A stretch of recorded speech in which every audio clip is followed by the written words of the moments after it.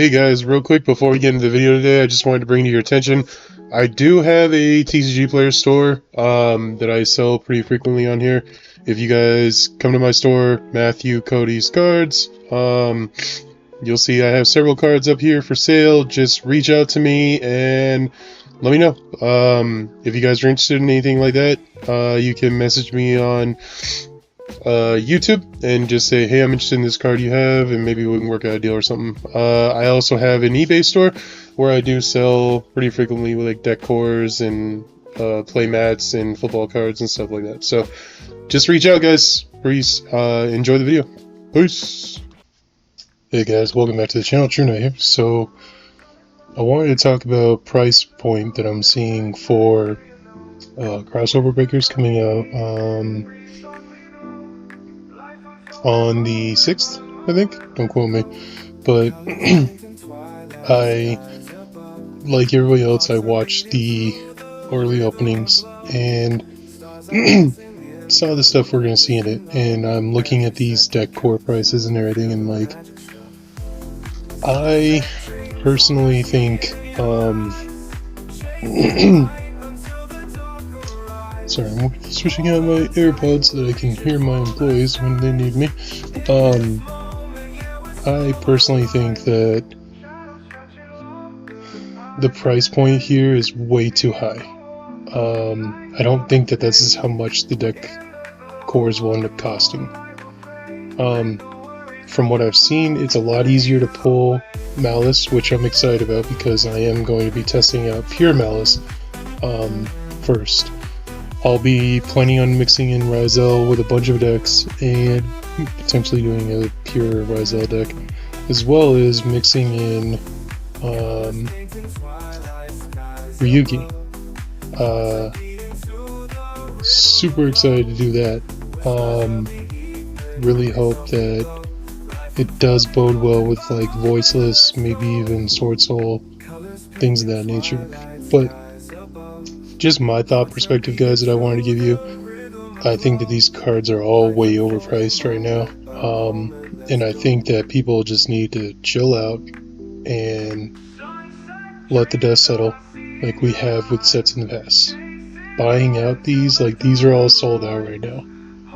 And even these are sold out right now. And I get it, people who are going to Anaheim, you're desperate, yada yada yada.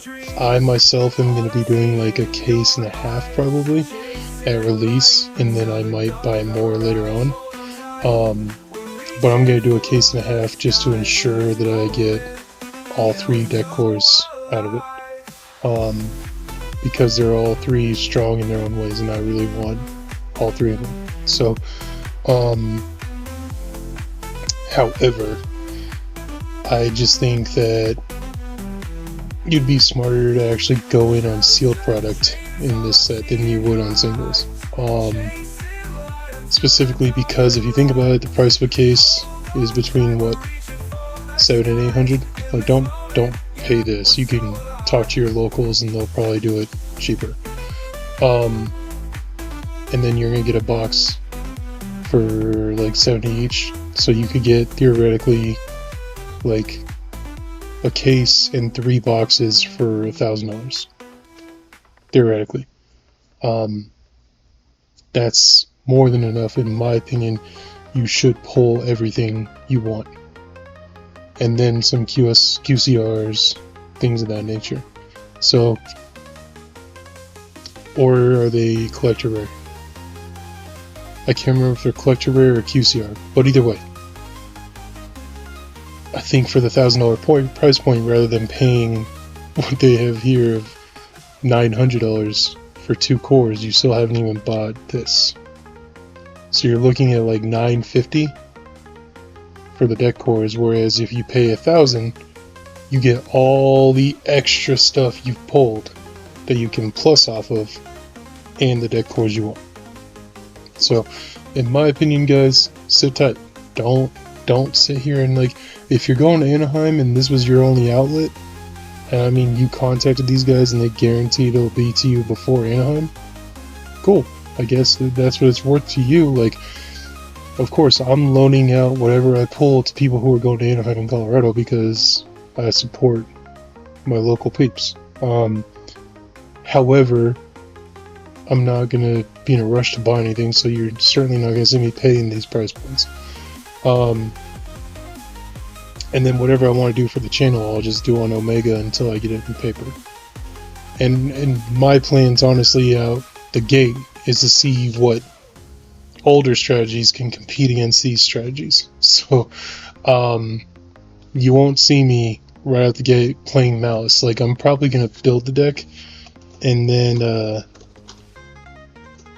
play it for 2 or 3 weeks, make sure I know its ins and outs on both Omega and in paper, and then you'll see me take it to locals. But right out of the gate at locals, you'll probably see me, like I promised my channel I would do a challenge where I take like a budget Snake Eye Fire King and see how it can hold up against these decks. If it can. Testing on Omega so far, not gonna lie, I'm getting cooked by Malice left and right. So I gotta figure that out. And Rizal, they just keep going. These decks just keep going, which is what's crazy about them. So a lot to learn, things like that. I get their infrastructure and I get how strong they are, but do not, just because they're strong, you don't need to go out and pay the price point. Like, everybody jumped out on Falalos, and now people are saying, like, sit tight. There's ways to play whatever you want. And plus, we haven't even discussed the elephant in the room of the potential ban list that comes out at the end of December. For all we know, Shifter's on that thing. And that just completely throws the meta on its head. Because yes, you have this deck that relies on banishing and yada yada yada. How does this deck function well without Shifter? How does this deck function against Shifter? What happens if Shifter goes? How many strategies come out the woodwork? And what comes off the ban list? Because that's what I'm kind of excited for. I feel like that this end of year ban list is the ban list where they bring stuff back sometimes that like low-key does work. So what potential cards or card comes back that might just end up turning the meta on its head? You know, so that's a whole nother video that we'll get into. Probably I'm gonna release this right before the end of December and or end of November, and then probably in December I'll do one more ban list prediction video where I talk about what I think potentially will happen. So, but that'll be it for me tonight, guys. I just wanted to get out to you guys, like, relax, take a breath. It's expensive right now because we're letting it be expensive. But if you just sit tight, let the product come out, let it circulate for a moment. If you're not going to Anaheim, what rush are you in? Let the price die down. The holidays are right around the corner, family time, yada yada yada. This is a low-key time for any TCG. Just let them marinate for a minute. You don't need to rush out and pay $500 for a deck core. That's going to cost like $250. You know, so just be patient. That's what you gotta learn with these TCGs. The people that are in a rush are the people that are obviously gonna be out of money really quick because somebody's already dropped $500 on this deck. Or, like, it's just not smart. Let it marinate. But that'll be it for me, guys. Please let me know your thoughts and comments. If you think that these prices are justified and that that's what they're gonna be, I'd love to hear why. But my advice to you, just chill.